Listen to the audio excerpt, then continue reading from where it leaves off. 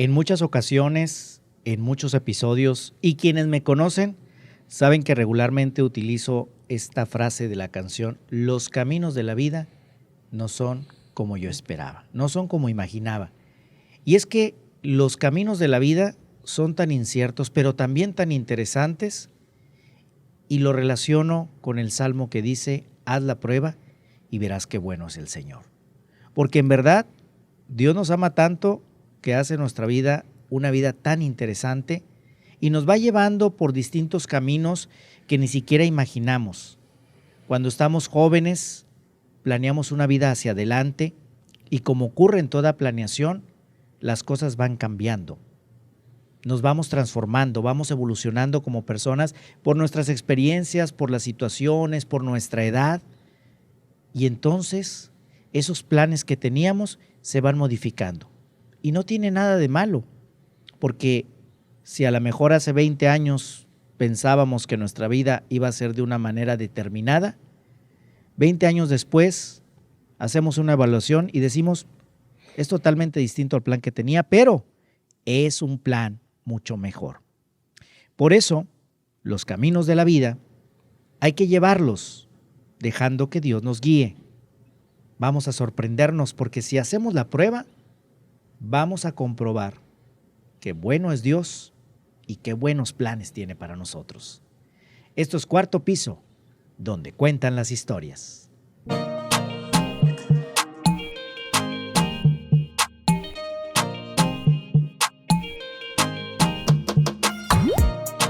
¿Qué tal? Me da mucho gusto saludarles. Soy Armando Cavazos. Les doy la bienvenida a este nuevo episodio de Cuarto Piso, donde cuentan las historias. Muchísimas gracias a César Coronado en la producción, David Martínez en la dirección de este espacio, y gracias principalmente a ustedes que nos siguen en las diferentes plataformas, ya sea como podcast, como vodcast, donde ustedes nos quieran ver, y también en nuestras redes sociales, Cuarto Piso con Armando Cavazos, en Facebook, en Instagram, las redes sociales de Base 3 Studio, desde donde realizamos esta producción. Así nos encuentran: Base 3 Studio, Facebook, Instagram, y las redes sociales de un servidor, Armando Cavazos R en Instagram, Armando Cavazos en Facebook y en Twitter. Pues hoy me da muchísimo gusto saludar en este episodio al padre Fidel Cruz Márquez. Bienvenido, padre, ¿cómo estás? Muchas gracias, buenos días, muy bien, hasta ahorita, gracias a Dios. Qué bueno. Oye, padre, pues tú tienes una historia muy interesante, porque hay que decirlo, eres sacerdote recién ordenado en diciembre del 2021, Así a tus 72 años. Así es. Y uno podría decir: ¿por qué se tardó tanto el padre Fidel en ordenarse? Pero además, resulta que el padre Fidel, pues, tiene una historia antes de llegar y decirle sí al Señor en esta vocación. Vámonos más atrás. Ahorita llegamos a este punto de la ordenación. Claro que sí.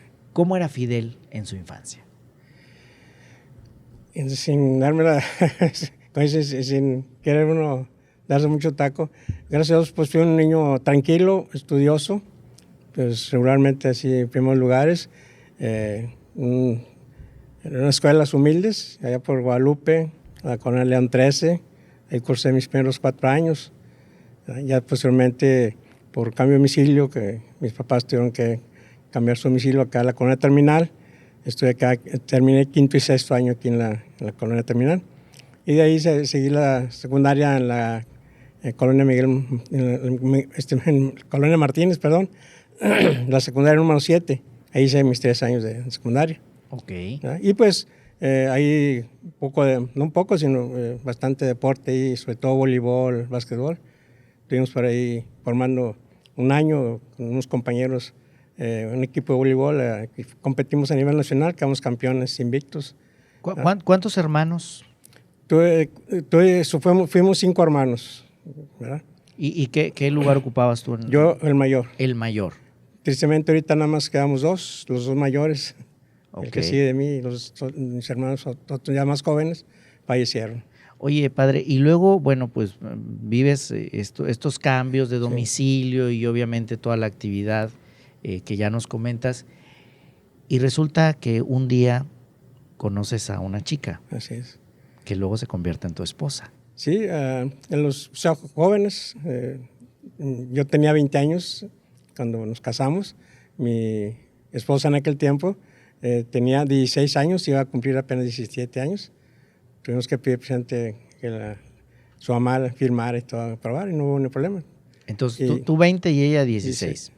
¿Se casan y cuántos años duran casados? Íbamos a cumplir 49 años casados cuando ella falleció. Ella fallece. Andábamos ya pensando ahí en los 50 años, pero como tú dices, pues los caminos de la vida que Dios va marcando son de acuerdo a lo que Él va marcando.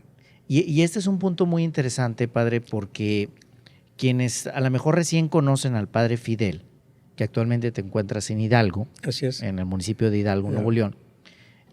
¿Cómo se llama la parroquia? Nuestra Señora del Pueblito. Nuestra Señora del Pueblito.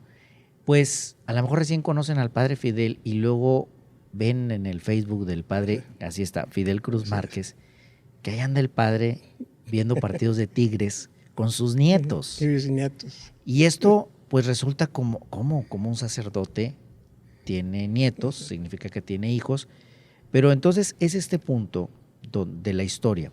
Tú te casas a los 20 años, duran 49 años de casados. ¿Cuántos hijos tuvieron? 4 hijos. Falleció el mayor de ellos ya hace 8 años, muy joven. Y que nos quedaron 3 hijos. ¿Y nietos? ¿Cuántos? Nietos ahorita actualmente son 11 y 9 bisnietos hasta ahorita, porque hay como que sí. Bisnietos incluso. Oye, entonces, en estos 49 años de matrimonio, ¿cercano siempre a la iglesia?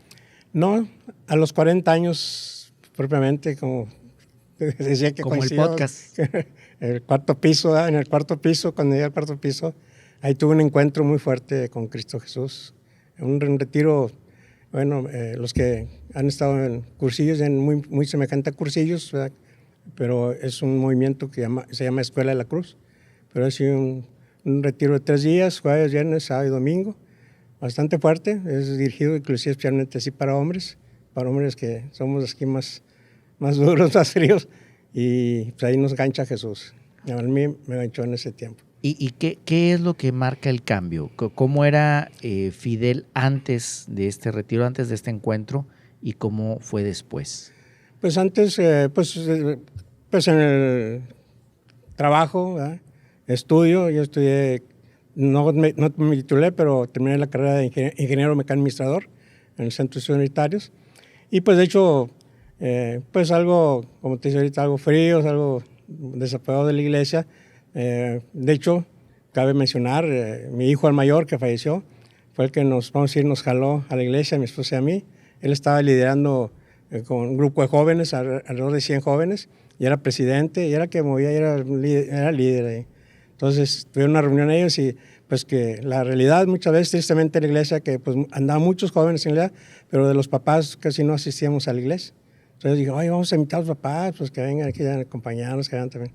Y luego pues fue lo que hizo mi hijo, y pues como que hice forzado, porque y pues yo soy el presidente, y pues me gustaría que fuera. Tenían que ir los papás, pues, imagínate que el presidente liderando de este movimiento y los papás ausentes. Entonces ahí fue cuando fuimos a una reunión para buscar formar un grupo de matrimonios de los muchachos. Y pues como pasa también, tristemente, como alrededor de 12 matrimonios fuimos los que pudimos formar un grupo.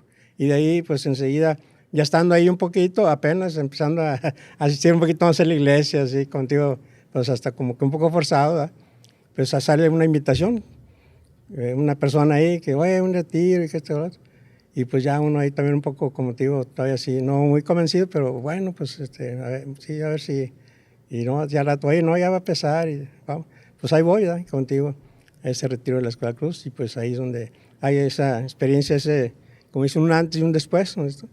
Ya después de ahí, pues veo que pues Cristo Jesús nos llama primeramente a vivir una vida más cercana a Dios, ¿verdad? Con una mayor entrega y servicio, pues no solamente a la iglesia, sino a la familia, al trabajo, o sea, todo lo que va influyendo Dios en la vida del cristiano. Y qué interesante cómo Dios nos llama de diferentes formas, porque en este caso a usted los acercó a través de tu hijo. Sí.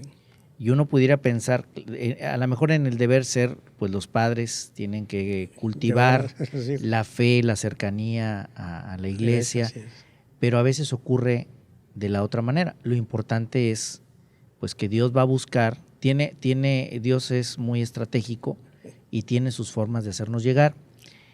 Después tomas este retiro, ¿y en qué momento decides buscar el diaconado permanente? Mira, dentro de ese movimiento, pues creo, pues, como quiera contigo, Dios con la capacidad que me dio, no tanto a la inteligencia, sino ya ahí en eso también, pues en querer entregarme con ese encuentro con Cristo.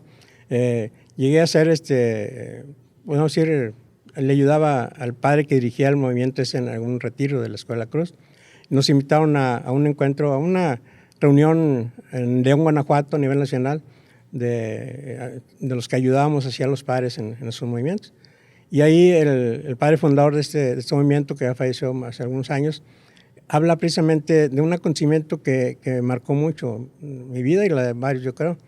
Y nos platicó de que, no creo que el año anterior o algo así, en una vuelta que tuvo el Papa Juan Pablo II aquí a México, ahí por León, ordenó entre varios que ordenó, creo que sacerdotes y diáconos permanentes, ordenó diáconos permanentes a 2 cruzados, como le llaman a los que formamos parte de la Escuela Cruz, y el diaconado permanente. Entonces decía él, nos invitaba, ustedes como hombres casados tienen que seguir el camino hasta llegar a lo máximo que pueden llegar, ¿verdad? El diaconado permanente, y ya es un servicio más directo y más fuerte en la iglesia.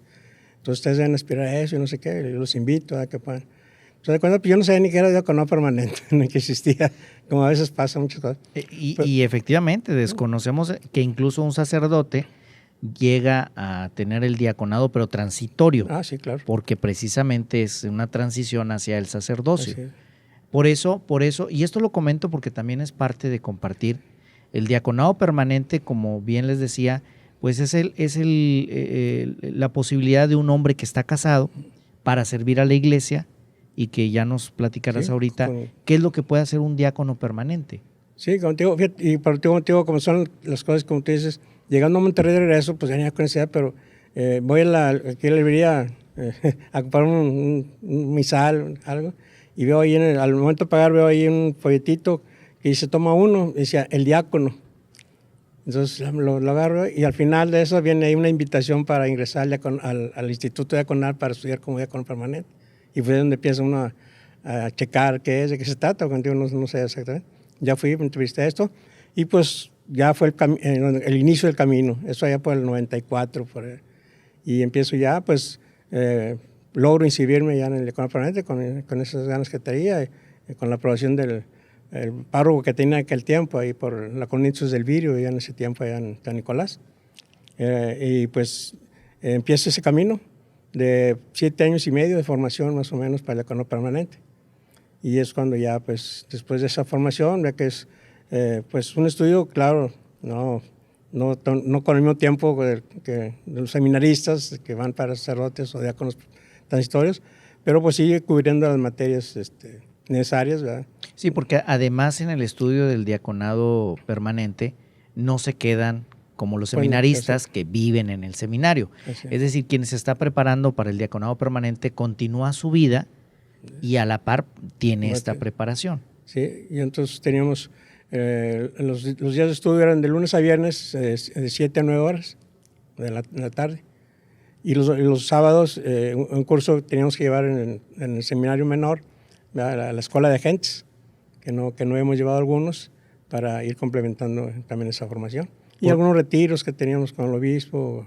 Es decir, aún así era una preparación muy intensa. Sí, es una preparación muy intensa. Pues, llevamos desde filosofía, también teología, derecho, historia de la iglesia, o sea, las materias que tiene uno que pues, conocer, ¿verdad? Para poder desempeñar el trabajo, las actividades que le son propias al diácono, y aparte pues poder también apoyar pues en la formación de los hermanos laicos, o catequistas, o ¿cómo se llaman? Los ministros de la comunión, todo esto. ¿Y tu familia cómo tomó cuando tú les compartes esta decisión de iniciar el diaconado permanente? Ya para el diaconado, pues ya mi familia ya estaba muy consciente. Al principio, en el encuentro que tuve de la Escuela de la Cruz a los 40 años, pues sí éramos muy salidores, como le dicen, en los domingos, así, días de campo, y ahora pues tiene que aceptarlo. Mucha gente me conoce de aquel tiempo, o sea, muy pachanguero, andamos ahí en fiestas y todo lo demás. Ya en ese pues empieza uno a frenar. Oye, no, pues tengo que ir acá, o sea, ya con permiso de la iglesia, tengo que ir acá, voy a ir a servir a tales horas, o el domingo pues hay que ir a misa, que pues anteriormente no era la costumbre, ¿verdad? Y pues ya los hijos, ¿verdad? Pues eran jóvenes, adolescentes, pues oye, papá, pues, o sea, se empiezan a sentir como desatendidos, ¿verdad? Y no era tanto que sí, trataba uno de equilibrar, que tiene uno que ir equilibrando, pero sí es muy diferente ya, ¿verdad? De estar casi únicamente al mundo, ¿verdad? Allá estar en el mundo y ir sirviendo ya en el camino de Dios, ¿verdad? Y darle este tiempo Exacto, también sí. a Dios. Sí. Ahora, padre, pasa este proceso y te ordenas diácono en el 2002. Así es, enero 6 del 2002. Ok, te ordenó, ¿quién era? El señor Lizares, el Monseñor Lizares. José Lizares. Es quien te ordena como diácono. ¿Cuántos diáconos permanentes se ordenaron? Esa vez fuimos un grupo de 5. 5 diáconos permanentes. ¿Y a dónde te asignan? Ese tiempo quedé en la parroquia Purísima Sangre de Cristo, que es donde ya estaba yo ahí sirviendo, estaba estudiando y ahí estaba sirviendo en una capilla que me encargó ahí el padre que pues estuviera al pendiente, porque el padre en el tiempo eran 10 capillas las que atendía y él nomás iba a celebrar misa los domingos y digo, oye, pues ayúdame, como yo sabía que estaba estudiando y la preparación que tenía, ayúdame pues ahí con los grupos, los padres a orar y todo. Entonces yo ahí más o menos los atendía, ¿verdad? Para ir formándolos y preparando todo. Ya el padre casi no me llegaba a veces un ratito a confesar y a la misa y a otra capilla y todo. ¿Cuáles son las labores de un diácono permanente? Un diácono permanente pues es,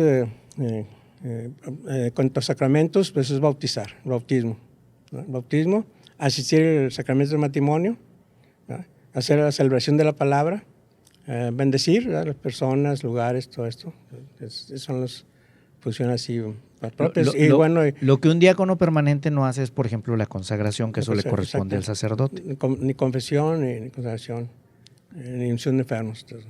Y este es un servicio, y lo comento e insisto, que cuando vemos en la iglesia, y es parte de lo que tenemos que aprender también de nuestra iglesia católica, es de repente puedes ver al que está arriba y dices, ah, caray, pero que no está casado, y lo ves que está ahí apoyando a servir. Bueno, es un diácono permanente que tiene funciones muy específicas, pero también tiene un compromiso y una tarea con la iglesia. Sí, a estas alturas de CO ya la gente así un poco más cercana a la iglesia, pues ya más o menos tiene conocimiento de esto, pero aún así todavía no es un conocimiento así muy fuerte. Todavía hay algunas dudas, todo eso. Pero la gente que a veces de repente se acerca a la iglesia, ahí es donde sí hay más confusiones. Y de hecho esto, haz de cuenta, hace más de 20 años, pues era todavía mucho más. Apenas estaba empezando lo que era el diácono permanente aquí en Monterrey, y pues la gente sí se confundía. Y como tú dices, sí pasaba de que pues lo ven uno celebrando la palabra, revestido con la dalmática, que la gente no la diferencia y piensa que es la casulla, que uno es padre, y de hecho le empiezan a decir, oye, padre, y padre, y lo toman así como si fuera uno sacerdote, ¿verdad? Y es ahí donde, pues si lo ven a uno, ¿verdad? Ahí con la familia. Pero bueno, es también parte de compartirlo, por eso insistir en este tema. Y luego, padre, pues vives tu diaconado permanente, sirviendo a la iglesia, y cuando fallece tu esposa, ¿falleció en qué año? En 2017. 2017. ¿Qué pasa en ese momento en tu vida? Yo lo que sí le platiqué a mis hijos, le dije, mira, como ustedes saben, ya todos mis hijos, los más chicos ahorita ya tienen alrededor de 50 años de familia, con todos los nietos y bisnietos. Ya mi esposa y yo vivíamos solos, muchos años vivimos solos.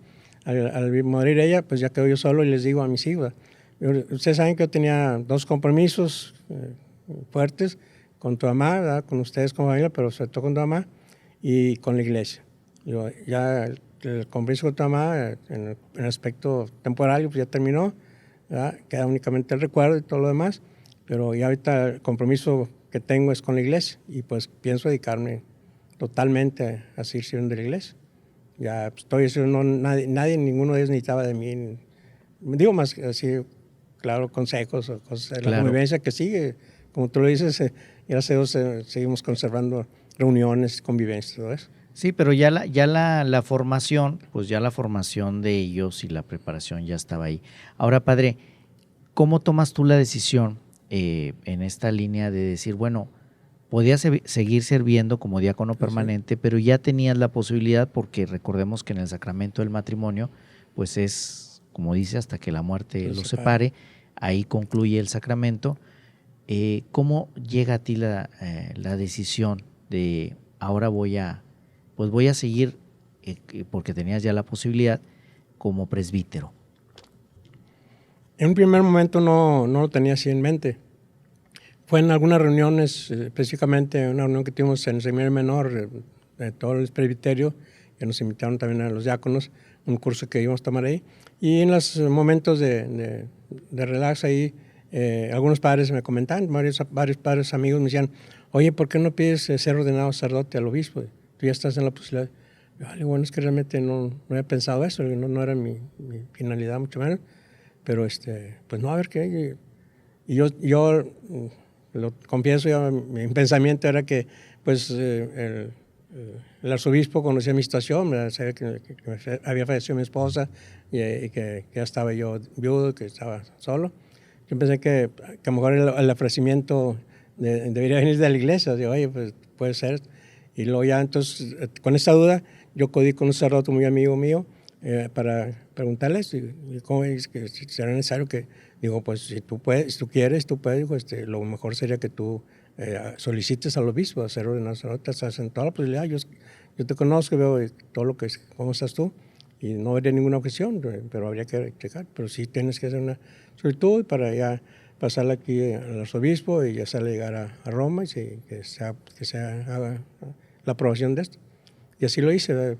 Ya después de 2 años de que había fallecido mi esposa fue cuando hice la solicitud. Y empezó, yo lo hice como en agosto, septiembre, y hasta en marzo cuando empezó la pandemia. Y ya pues fue cuando también, debido a eso, y no es un proceso corto, yo lo sé, pero yo creo que se alargó un poco más por la pandemia.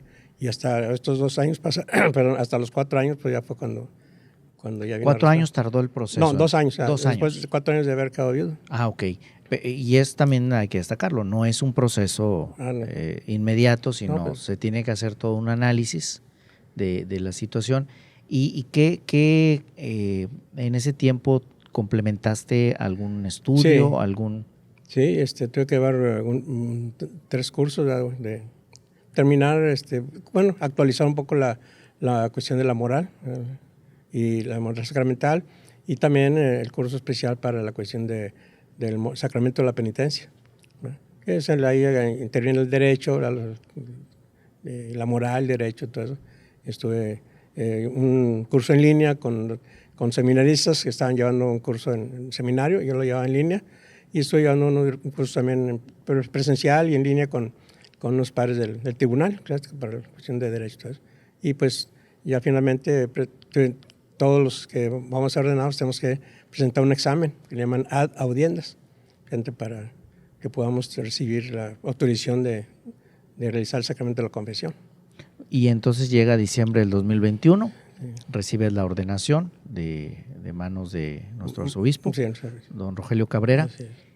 ¿Y cómo ha sido para ti este tiempo, Padre Fidel, con esta experiencia? Por eso yo decía al inicio la importancia de destacar cómo Dios nos va llevando, si nos dejamos guiar por Él. Tú viviste la vocación del matrimonio y ahora vives la vocación del sacerdocio por esta circunstancia que ya nos comentabas. ¿Cómo ha sido para ti este tiempo de sacerdocio? Pues en primer lugar muy gratificante, ¿no? Porque pues mi deseo siempre desde que fui ordenado diácono fue servir lo mejor posible a la iglesia, y con esta decisión también de que pues si podía servir de una mejor manera todavía ya como sacerdote, que pudiera hacerlo, que lo podría hacer, y he tratado de hacerlo de esa manera. Gracias a Dios pues con muy buena aceptación con parte de la gente. Yo había estado ahí alrededor de 1 año como diácono permanente, ahí en Hidalgo y en Mina, sirviendo ahí a los ya te conocían. Un poco, alguna gente me conocía, porque no estaba ahí de fijo, pero pues iba a celebrar, iba a bautizar y cosas así. En los ejidos de Mina estuve yendo un buen tiempo, así, a celebrar por allá. Entonces ya más o menos ya había un conocimiento, pero ya sí, ya ahorita sí más directamente como sacerdote, y que ya estoy ahí viviendo la parroquia, pues ya es muy, muy diferente el trato. La gente ya lo conoce uno mejor, ya lo procura a uno, se acercan ahí para ver cómo estamos, para invitarnos a comer algo y así. Pues en la cuestión del ministerio, pues mucho trabajo, mucho trabajo, en celebraciones de misas, en confesiones, en lo que se necesita. Si tú hicieras un viaje en el tiempo, padre, a mí me gusta siempre este momento en el podcast. Si hicieras un viaje en el tiempo, tienes actualmente 72 años. 73 ya. 73 ya. En marzo ya. 73 años. Imagina que hicieras un viaje en el tiempo Ajá. y que te encontraras con Fidel, aquel del cuarto piso, que estaba iniciando en este retiro, en este encuentro con Jesús. ¿Qué le dirías a ese Fidel de los 40 años? Muy buena pregunta. ¿Qué le diría? Pues yo a este transcurso de la vida, lo que Dios me ha permitido vivir, pues animarlo, ¿verdad? Presente a que pues, realmente continúe ese camino al que ha sido llamado. Es un llamado que Dios hizo en ese tiempo, ¿verdad? Que pudo haber sido por un cierto tiempo, tal vez, como ha pasado con muchas personas. Yo he conocido muchas personas, ¿verdad? Que han tenido encuentros fuertes con Cristo Jesús a través de algún retiro o alguna situación, pero pues que pues a poco tiempo, por las situaciones que sean, ¿verdad? Pues ya como que ya no sigue ese camino. O bueno, piensa una vez, digo, siempre pensando en el camino de la fe, de la iglesia, ¿verdad? Pues muchos retiran, muchos ya, algunos que me ha tocado conocer tristemente, pues hasta cambian de religión, cosas así. Entonces, yo si me encontraba con Fidel de los 40 años, sería pues tratar de animarlo y motivarlo a que se esforzara y que no diera paso para atrás. Y en esta experiencia tuya en la vida, en este proceso que has vivido, ¿cómo podemos hacerle, Padre Fidel, para encontrar a Jesús, para encontrar nuestra vocación, para encontrar nuestro camino? ¿Cómo le hacemos? Sobre todo en estos tiempos en los que hay tanto ruido y estamos a veces tan distraídos.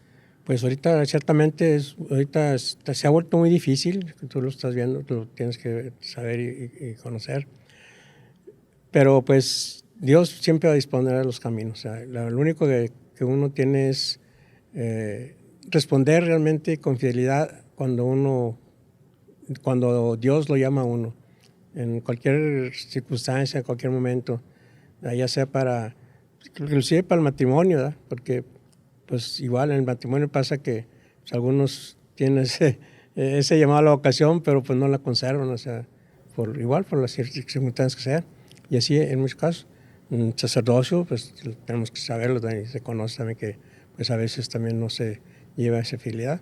Algo difícil, muy fuerte, ahorita, sobre todo con los jóvenes, como tú lo sabes, pues son llamados, son atacados con tantas cosas del mundo, pues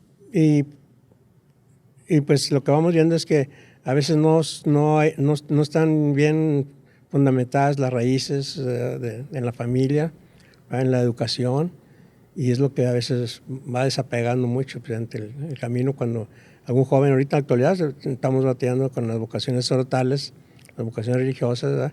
Jóvenes que seguramente pues Dios está llamando, pero no hay esa respuesta de parte de los jóvenes, ¿sí? por lo que les está invadiendo otras. ¿Y cómo podemos encontrar el llamado de Dios? ¿Cómo escucharlo? Es cierto, porque nos negamos. Dios nos está hablando, pero nosotros de repente, pues ahí hacemos como que no lo escuchamos. ¿Cómo lograr, Padre, escuchar a Dios? ¿Cómo ponernos en la disposición para decir, a ver, voy a escuchar a Dios, pero a Dios, no lo que el mundo me dice? Porque lo que el mundo me dice, pues muchas veces va a ser lo que yo quiero escuchar. Pero escuchar lo que Dios quiere, lo que Dios nos llama, pues nos negamos porque es lo mejor. Es muy curioso porque es lo mejor, pero no queremos batallarle. Yo pienso que lo que se está ahorita dificultando mucho es por no hacer ese alto de cuestionarnos frente quiénes somos, la cuestión desde filosófica es quiénes somos, para qué estamos aquí en la vida y todo eso. Ahorita está, como digo, por los tantos distractores, no hay ese tiempo. Lo fundamental es detenerse un poco, cuestionarnos y ante la luz de la conciencia, que es donde Dios nos habita, donde Dios nos habla, pues ya poder estar en ese contacto con Dios. El problema es que no hay ese contacto con Dios por tantos distractores, por tanto ruido, por todo lo que está viviendo ahorita el mundo. Entonces, hay los jóvenes que más o menos han tenido esa disposición de hacer un pequeño alto camino, cuestionarse y empezar a querer buscar cuál es la voz de Dios, pues la van escuchando y son los que más van entrando pues, en ese camino de fe y que hay lo que ahorita algunos pocos, pero pues que están siguiendo esta formación sacerdocio, a la vida religiosa, tanto muchachas como muchachos y así, ¿verdad? Pero pues ahorita el problema es la falta de darse tiempo para escuchar, para hacer el silencio. El Papa Francisco ha hecho mucho hincapié en la necesidad que tenemos todos de ser escuchados, pero también tenemos la necesidad de aprender a escuchar. Y ahorita es muy difícil. Y a Dios principalmente. ¿Qué sigue para el Padre Fidel? Continuar con lo que Dios disponga, tratando de entrar en juego. Primeramente agradecido con Dios que me ha dado la salud, gracias a Dios hasta ahorita no tengo así un problema que la salud me impida realizar el ministerio. Entonces, primeramente, como le digo a mucha gente, es como también he tenido experiencias de misiones en muchas partes, bueno, es que aquí alrededor, en algunos lugares, y me decía la gente, oiga, usted siempre anda por un lado y para otro, ¿cómo le hace? Pero no, pues como que Dios me da la salud y pueda desplazarme, pues ahí seguimos y es lo que pienso seguir haciendo. A donde Dios me llame, a donde Dios me invite a seguir la misión, a seguir adelante. Muy bien. Y Padre, te encontramos en el Facebook, ya lo decía ahorita, así, Fidel Cruz Márquez. Así es. Ahorita que decías, porque sí en el Facebook vemos que el Padre ya anda en una capilla, ya anda apoyando aquí, ya anda apoyando también muy cerca de misiones, apoyando a todos los misioneros. Pues Padre, te queremos agradecer que nos hayas acompañado en este episodio y que hayas además compartido este testimonio de vida y sobre todo es un testimonio de vocación y de fe. Debo destacarlo. Yo te agradezco mucho por eso y te agradezco además por las veces que le has dicho sí a Dios cuando te ha dado diferentes misiones. Pues agradezco a ti también y sobre todo a tu equipo, ¿verdad? Que dan estos espacios para poder, como dices, estar pues dando este testimonio que pueda ayudar y servir a alguien, ¿verdad? Como es siempre la cadena que voy estableciendo. A mí me sirvió el testimonio de otras personas, ¿verdad? De mi hijo, en este caso, fuertemente, algunas otras personas, ya después algunos padres y todo lo demás. Pero pues qué bueno que haya estos espacios y que siga habiendo de una manera u otra el poder seguir animando a la gente a seguir el camino de fe que Dios le va marcando a cada uno. Pues muchísimas gracias, Padre Fidel Cruz Márquez, por habernos acompañado en este episodio de Cuarto Piso. También hay un poquito más de tu testimonio en el periódico Pastoral Siglo XXI, sí, de la Arquidiócesis de Monterrey. Del mes de enero, ahí vienen todos los datos. En la edición del mes de enero 2022, 22. Ahí podemos encontrar en el periódico de la Arquidiócesis de Monterrey este testimonio. Y por lo pronto, pues te encontramos en la iglesia de Nuestra Señora del Pueblito, en Hidalgo. En Hidalgo, que podamos servir. Y saludos para toda la gente, muy agradecido también con toda la gente. Muchísimas gracias. Bueno, Padre, pues te agradecemos que nos hayas acompañado. Gracias también a ustedes por seguirnos en este episodio de Cuarto Piso, donde cuentan las historias. Agradezco al equipo César Coronado, David Martínez y principalmente a ustedes que nos siguen en cada uno de los episodios y en las distintas redes sociales. Soy Armando Cavazos. Les recuerdo que lo mejor de la vida es tener la oportunidad de vivirla. Dios nos bendice a todos. Cuarto Piso, donde cuentan las historias.